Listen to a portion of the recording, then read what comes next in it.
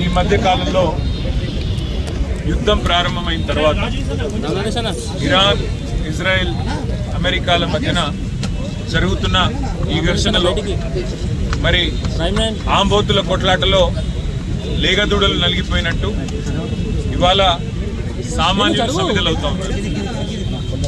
మన భారతదేశంలో ఇవాళ ఒకటి కాదు, రెండు కాదు, దేశవ్యాప్తంగా సామాన్య మధ్యతరగతి ప్రజలు, ముఖ్యంగా దిగువ మధ్యతరగతి ప్రజలు ఈ ఉజాలా పథకం అని పెట్టి మరి సిలిండర్లు ఇంటింటికి ఇస్తున్నామని చెప్పి కేంద్ర ప్రభుత్వం ఏదైతే గతంలో స్కీమ్ తెచ్చిందో దానికి అనుగుణంగా దాదాపుగా చాలా పెద్ద ఎత్తున సిలిండర్లు తీసుకున్నారు. అట్లాగే మన రాష్ట్రంలో కూడా కాంగ్రెస్ ప్రభుత్వం మరి మేము 500 రూపాయలకే సిలిండర్ ఇస్తామని చెప్పి నమ్మబలికి ఇవాళ వారు కూడా ఎన్నికల మేనిఫెస్టోలో ఇచ్చిన మాట నమ్మి కూడా లేని వాళ్ళు కూడా తీసుకునే పరిస్థితి.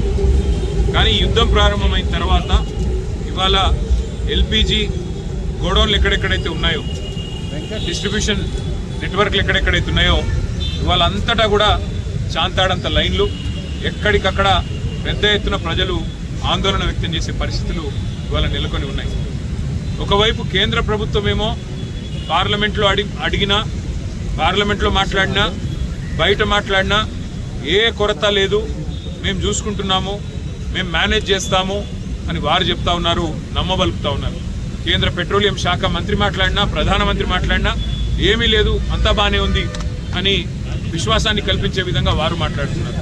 కానీ క్షేత్రస్థాయిలో పరిస్థితులు అట్లా లేవు. వాళ్ళ ఏ గోడౌన్ కాడికి పోయినా భారీ క్యూ లైన్లు, భారీగా ప్రజలు ఆందోళనలో ఉన్నారు. రాష్ట్ర ప్రభుత్వం ఏమో కేంద్రం సహకరించట్లేదు, సప్లై లేదు, ఇబ్బంది ఉంది, కేంద్రం ఏమీ చేయలేకపోతే మేమేం చేస్తాము, పెట్రోలియం శాఖ మరి కేంద్ర ప్రభుత్వ ఆధీనంలో ఉంటుందని చెప్పి రాష్ట్ర ప్రభుత్వం తప్పించుకునే ప్రయత్నం చేస్తూ ఉంది.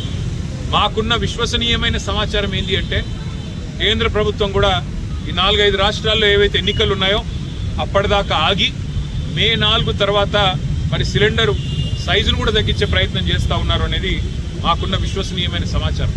12 కిలోలు కాకుండా 10 కిలోలు ఏదో చేయాలి అని ఒక ఆలోచన చేస్తూ ఉన్నారు. లేదు, నిజంగానే సప్లై లేదు, ఇబ్బంది అవుతుందని చెప్పి చెప్తా ఉన్నారు.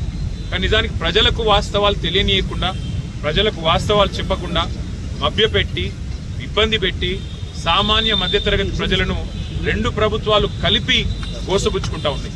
అటు కేంద్రము, ఇటు రాష్ట్రము ఇద్దరు కూడా ఈ విషయంలో స్పష్టమైన సమాధానం చెప్పాలి, ప్రజల్లో విశ్వాసం నింపాలి, ప్రజల్లో ఒక భరోసా నింపి ఏ రకమైన ఇబ్బంది కాకుండా అవసరమైతే మరి వారికి ఉండే దౌత్య వ్యవహారాల శాఖ ద్వారా మరి అవసరమైతే ఇతర దేశాలతో మాట్లాడి, ఇరాన్లో ఇబ్బంది ఉంటే మరో చోట మాట్లాడి తెప్పించాలని మేము డిమాండ్ చేస్తూ ఉన్నాం.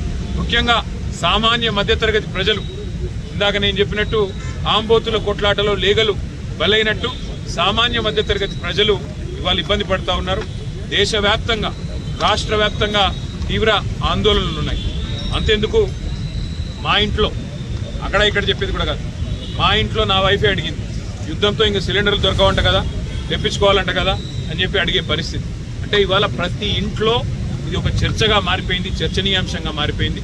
కాబట్టి ఈ విషయంలో వెంటనే కేంద్ర రాష్ట్ర ప్రభుత్వాలు ఒక వివరణ ఇచ్చి మరి కేంద్రంలో, రాష్ట్రంలో కొరత లేకుండా చూడాలని, వెంటనే ఈ విషయంలో ఒక సకారాత్మకమైన వైఖరి ప్రకటించాలని చెప్పి రాష్ట్ర ప్రభుత్వాన్ని డిమాండ్ చేస్తున్నాం. ఎందుకంటే అబద్ధాలు చెప్తా ఉన్నాం, కొరత లేదని వారు, సప్లై లేదని వీరు, మధ్యలో నలిగిపోతున్నది ప్రజలు. కాబట్టి వెంటనే ఈ విషయంలో వివరణాత్మకంగా చెప్పాలని చెప్పి శాసనసభ వేదికగా వాళ్ళ అడ్జర్న్మెంట్ మోషన్ వాయిదా తీర్మానం ఇచ్చాము. చర్చకు పట్టుబడతాము. ప్రభుత్వం స్పందిస్తే మంచిది, స్పందించకపోతే తప్పకుండా ప్రజల తరఫున ప్రశ్నలు అడుగుతూనే ఉంటాం, నిలదీస్తూనే ఉంటాం. Thank you.